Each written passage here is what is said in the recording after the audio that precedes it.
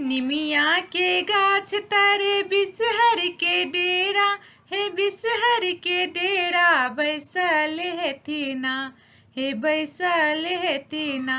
मैया पाँचों बहनिया बैसल हेथिना, मैया पाँचों बहनिया बैसल हेथिना।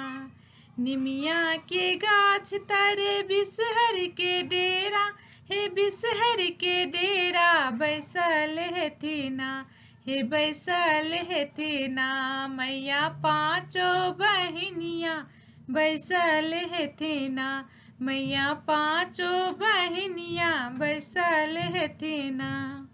इतबा बचन सुनलन सिया पबनैतिन, हे सिया पबनैतिन दौड़ल गेलीना, हे दौड़ल गेलीना। पूजा बिसहर चरनिया दौड़ल गेलीना, पूजा बिसहर चरनिया दौड़ल गेलीना। बिसहर के देखलौं कननिया के अंगना, कननिया के अंगना बैसल छलीना, हे बैसल छलीना। ओत धानक लाबा से खाइत छलीना, ओत धानक लाबा से खाइत छलीना। मैना के पात पर बिसहर के डेरा, कि बिसहर के डेरा बैसल छलीना, हे बैसल छलीना। ओत पाँचों बहनिया बैसल छलीना, ओत पाँचों बहनिया बैसल छलीना। मैना के पात पर बिसहर के डेरा, हे बिसहर के डेरा बैसल छलीना, हे बैसल छलीना। ओत पाँचों बहनिया बैसल छलीना, ओत पाँचों बहनिया बैसल छलीना। इतबा बचन सुनलन पबनैतिन सुहबे, हे पबनैतिन सुहबे दौड़ल गेलीना, हे दौड़ल गेलीना। पूजा बिसहर चरनिया दौड़ल गेलीना, पूजा बिसहर चरनिया दौड़ल गेलीना। बिसहर के देखलौं हम ग्वाला के अंगना, हे ग्वाला के अंगना बैसल छलीना, बैसल छलीना।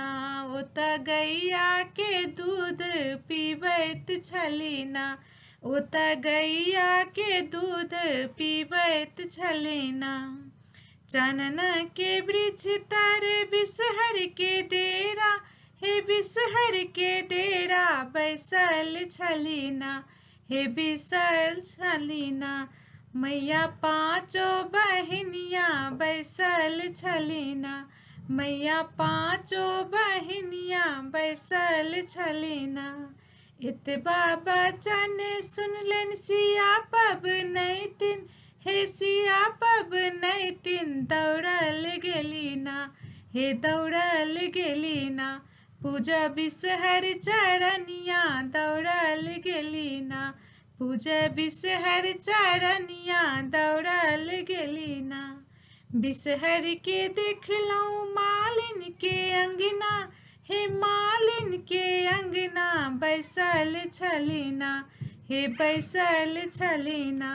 ओत फूल के माला गुथैत छलीना, ओत फूल के माला गुथैत छलीना, ओत फूल के माला गुथैत छलीना।